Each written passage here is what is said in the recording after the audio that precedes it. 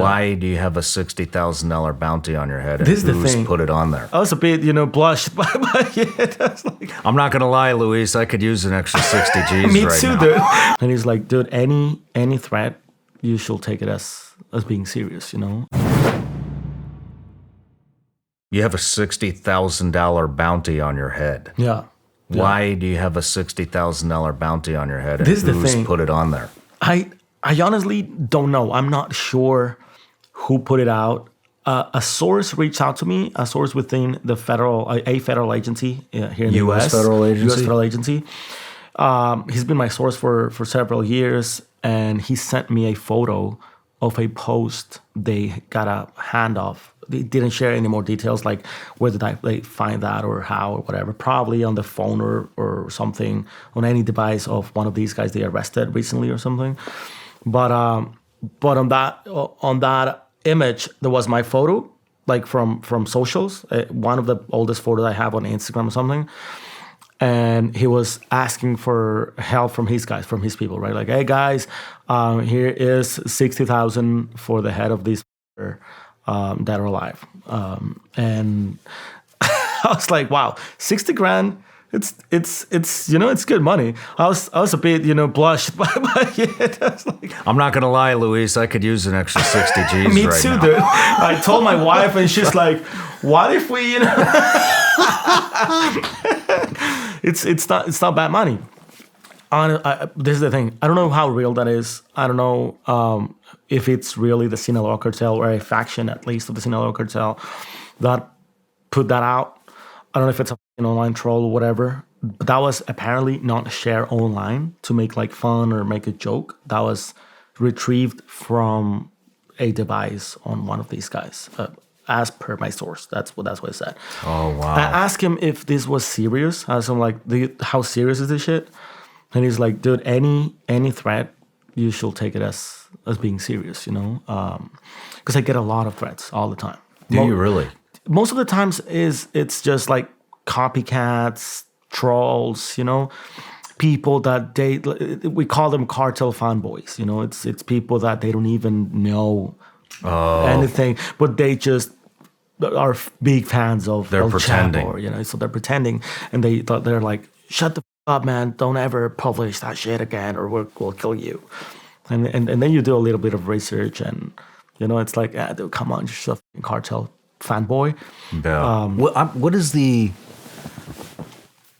What's the cartel think of cartel fanboys? Do they if somebody's putting a bounty, because it sounds like the Sinaloa cartel is actually a big fan of you. Well, sort of. Certain factions, I guess, and at certain points and in certain moments, I do know that they got pretty pissed, of the last time I was there, because I broke inside the son of El Chapo's house hours before he was extracted and arrested. You broke into the son of El Chapo's house. Yeah, dude, and it was absolutely crazy, dude. Of course you did. It was. How did you break into his house? Is it somebody sitting on it? No, so this is the thing. That morning, I can't remember it was January, I think, this January. That morning, I started getting a lot of messages on my phone. I usually put my phone in silent mode. Only a couple of secure apps I use to communicate with sources, those are always on. So I started getting a bunch of bzz, like 5 a.m.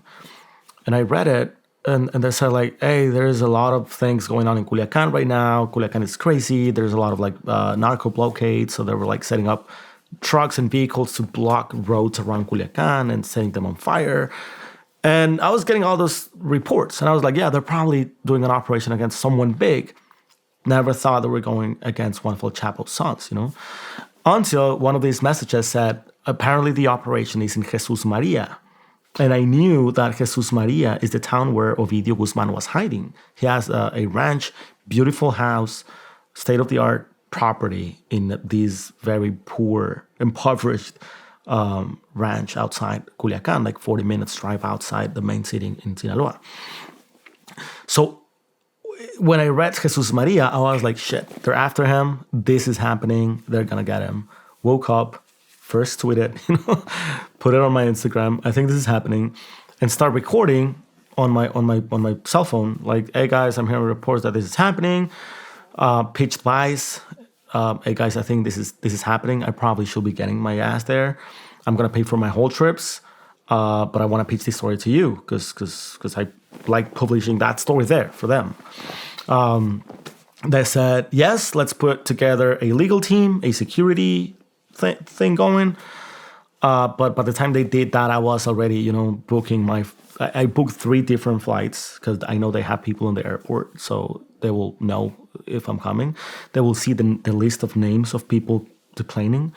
So I booked 3 different flights in and out, round flights, 3 different hotels on 3 different nights. The security team from Vice asked me not to spend more than 10 hours on the ground and be out the same day. So I was thinking of that, right? I was like, I'm just gonna get there. I didn't reach out to any source beforehand because I was like, no, do it. If they know that I'm there while they're still, that was very recent. That was happening that morning. By 10 in the morning, I was already having the confirmed information that Ovidio was arrested and he was taken into a hangar in Mexico City. But people were still fighting by 10 in the morning in Sinaloa. I left home. My flight left at like noon. So when I landed, it was still going on.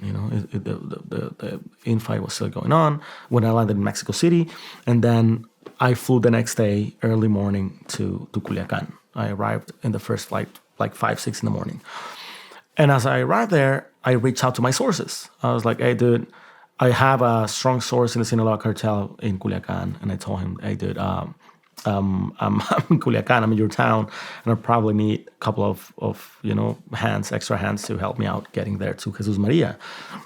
And he said, "What the are you doing here, man? You're gonna get you and me killed because shit, it's just hitting the fan."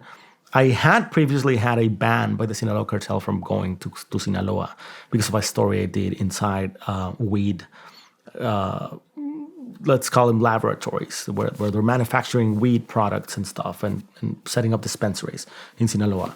Hey everybody, I'm Shawn Ryan. Click here to subscribe to the Shawn Ryan Show YouTube channel for the hottest and most compelling interviews that you will not see anywhere else. I've also made a playlist of all the previous SRS episodes so they're easy to find. You can find that right here.